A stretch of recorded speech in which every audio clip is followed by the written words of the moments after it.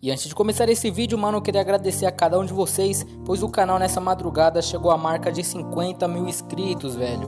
Queria agradecer aí, muito obrigado a cada um de vocês que participa aqui do canal, que interage, que comenta os vídeos, que sempre deixa o like, pois se não fosse vocês, mano, o canal não seria nada. Então obrigado aí por essa marca de 50 mil inscritos. E pra comemorar, mano, eu gostaria que vocês deixassem aí nos comentários várias perguntas aí, porque eu vou estar fazendo um vídeo respondendo as perguntas de vocês num vídeo especial de 50 mil inscritos, ok? Então deixe sua pergunta aí nos comentários e bora pro vídeo.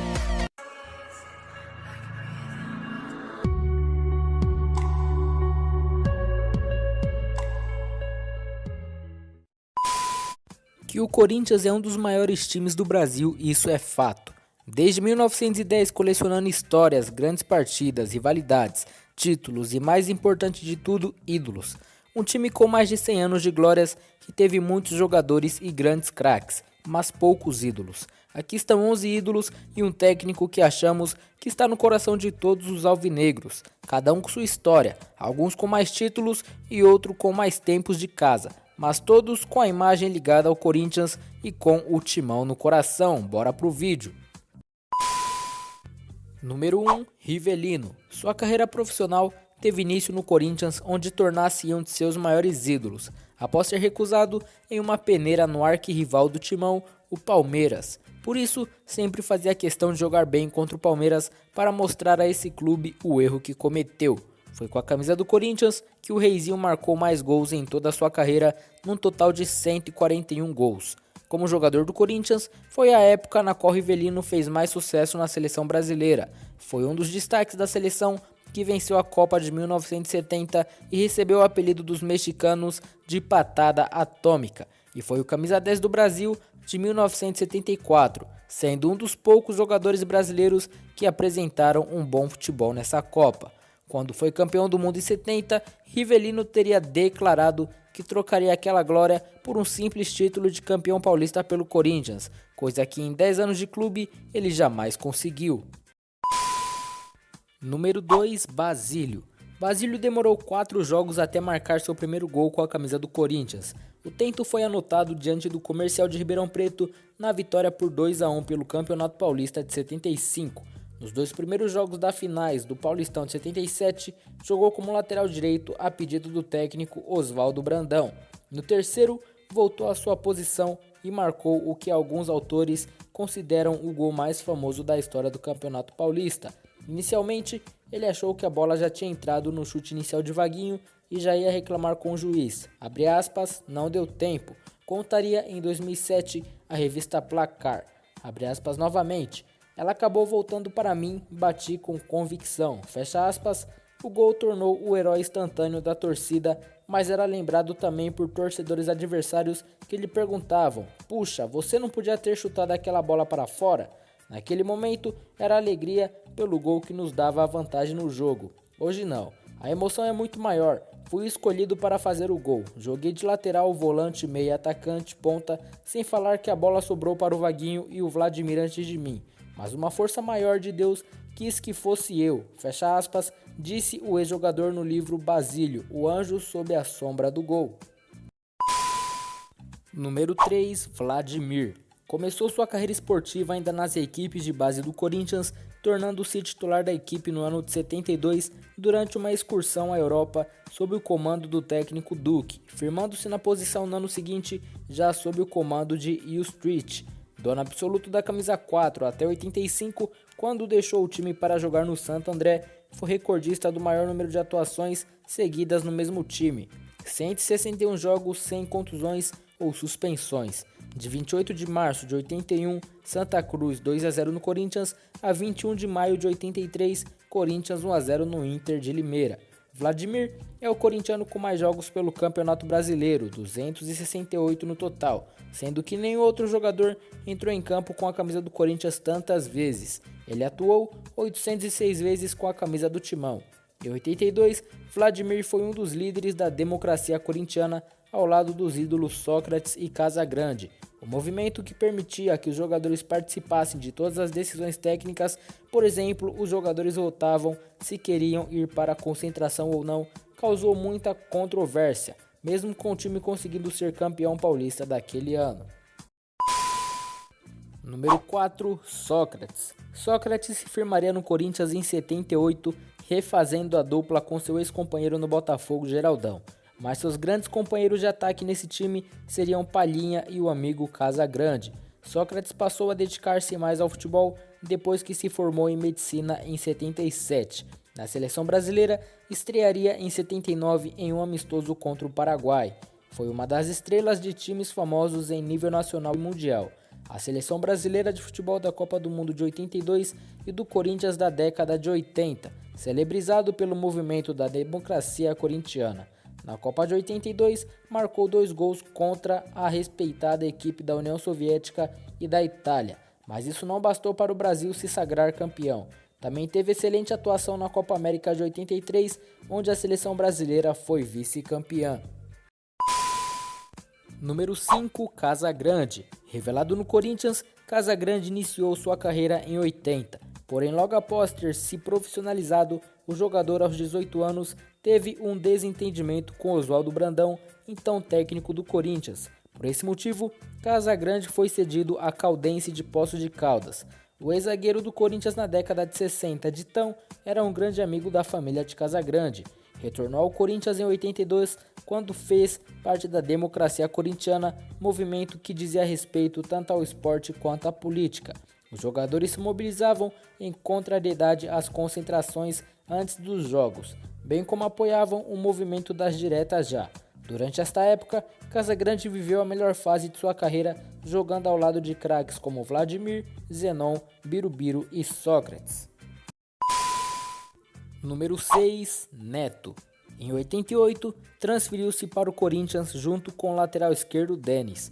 O time alvinegro mandou para o rival o lateral esquerdo Dida e o meia Ribamar. Ao chegar ao Parque São Jorge, porém a carreira de Neto finalmente deslanchou. Defendeu o Corinthians em 2 períodos, entre 89 e 93 e entre 96 e 97, em um total de 227 partidas, que somam aí 104 vitórias, 74 empates e 49 derrotas. Neto anotou 80 gols. Neto também foi o principal jogador do Corinthians na conquista do primeiro título brasileiro de clube. O time do Corinthians era tecnicamente limitado. Os destaques, além de Neto, eram o goleiro Ronaldo e o zagueiro Marcelo Dirran, 2 pratas da casa. A equipe contava na determinação de jogadores como Márcio Bittencourt, Wilson Mano, Fabinho e Tupanzinho, além de atletas oriundos da categoria de base, como Dinei. Número 7, Viola. Em 88, na final do Campeonato Paulista entre Corinthians e Guarani, o então aspirante Viola precisou jogar no lugar do titular Edmar. E aos 5 minutos do primeiro tempo da prorrogação, Viola fez o gol que deu o título ao Corinthians. Após este início marcante como profissional, Viola passou por uma má fase em sua carreira, chegando a ficar 3 meses em 89 sem marcar um gol. A cobrança da torcida era muito grande e Viola foi jogar no São José, depois no Olímpia. Em 92, mais experiente, ele volta ao Corinthians, aos gols e aos títulos. Foi chamado para participar da seleção brasileira, que ganhou a Copa do Mundo de 94 nos Estados Unidos. Chegou a jogar na final contra a Itália por alguns minutos da prorrogação, conquistou com o Corinthians em 95 os títulos do Campeonato Paulista e da Copa do Brasil. Número 8, Marcelinho Carioca. Logo que chegou ao Parque São Jorge, Marcelinho Carioca mostrou a que veio. No dia de sua apresentação, chegou alcoolizado. O atacante de 21 anos previu: "Quero marcar minha passagem aqui, vim para o Corinthians para ser campeão." A identificação com a torcida foi imediata e uma carreira vitoriosa estava começando. Marcelinho tem em sua conta 8 títulos em 8 anos pelo clube: o Mundial de Clubes da FIFA de 2000, 2 títulos do Campeonato Brasileiro, uma Copa do Brasil e 4 Campeonatos Paulista. Por sua extrema habilidade e competência em bolas paradas e pelo seu pequeno pé, calçava chuteiras número 36, Marcelinho foi apelidado de Pé de Anjo por torcedores e jornalistas, tanto pela identificação que tinha pelo clube, quanto pela qualidade técnica que conduziu o time em um de seus períodos mais gloriosos. Marcelinho Carioca figura como um dos maiores ídolos da história do Corinthians até hoje.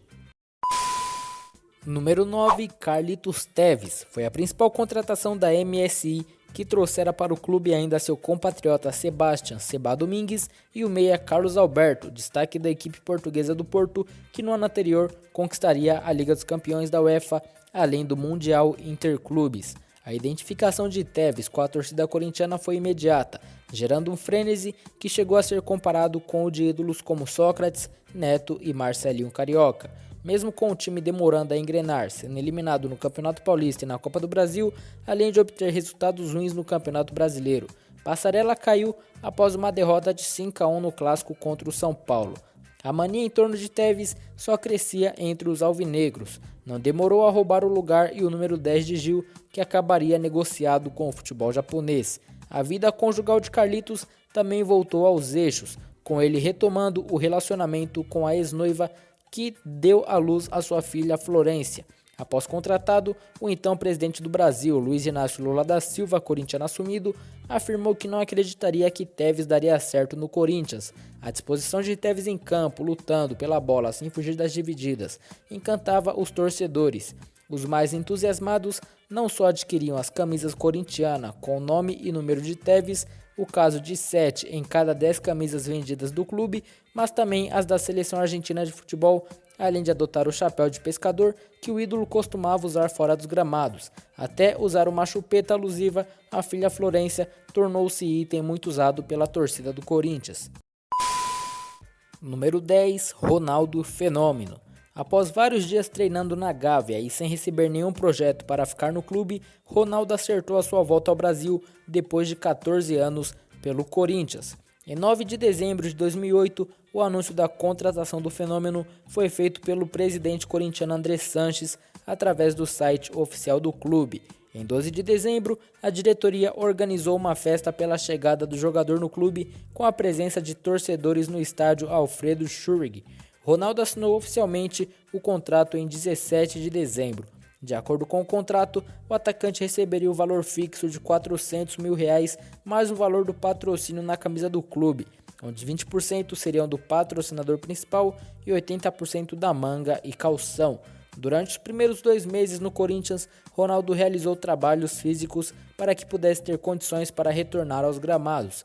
Aos poucos, o jogador começou a treinar junto aos demais atletas do elenco corintiano e aumentavam as expectativas para sua reestreia no futebol brasileiro. No dia 4 de março de 2009, Ronaldo fez seu retorno ao futebol em partida contra o Itumbiara pela Copa do Brasil. O jogador, que começou o jogo entre os reservas, jogou por 27 minutos durante o segundo tempo. E por último aqui nessa lista, Paulinho. Em 2009, ganhou destaque ao atuar pelo Bragantino na Série B do Campeonato Brasileiro e em 2010 foi para o Corinthians por empréstimo. Em 2011, conquistou o Brasileirão com o Corinthians, além de receber o prêmio individual de melhor volante da competição. Foi cobiçado por grandes clubes europeus como Roma e Internazionale, mas preferiu ficar na equipe para disputar a Libertadores de 2012. Ajudou o Corinthians a fazer a melhor campanha da primeira fase da Libertadores 2012 ao classificar a equipe para as oitavas de final da competição, além de ajudar o time a ser líder do Paulistão 2012. Foi herói na vitória corintiana de 1-0 sobre o Vasco pela segunda partida das quartas de final da Libertadores, com o gol aos 42 minutos do segundo tempo, tornando-se um dos principais jogadores dessa temporada. Paulinho definitivamente entra nas graças da Fiel. Em julho de 2012, conquistava com o Corinthians a Copa Santander Libertadores, título inédito do Timão. Após a competição, recebeu sondagens da Inter de Milão, na qual jornais italianos já davam certo a contratação do volante para a equipe italiana, além de rumores que o Arsenal também teria feito uma proposta, mas o volante negou que estava de saída do clube. Em dezembro de 2012, Paulinho conquista o maior título de sua carreira. Sagra-se campeão da Copa do Mundo de Clubes da FIFA de 2012, o segundo da história do clube, e entra de vez para a história do Timão. Peace up, A-Town down. Yeah, yeah. Okay, yeah.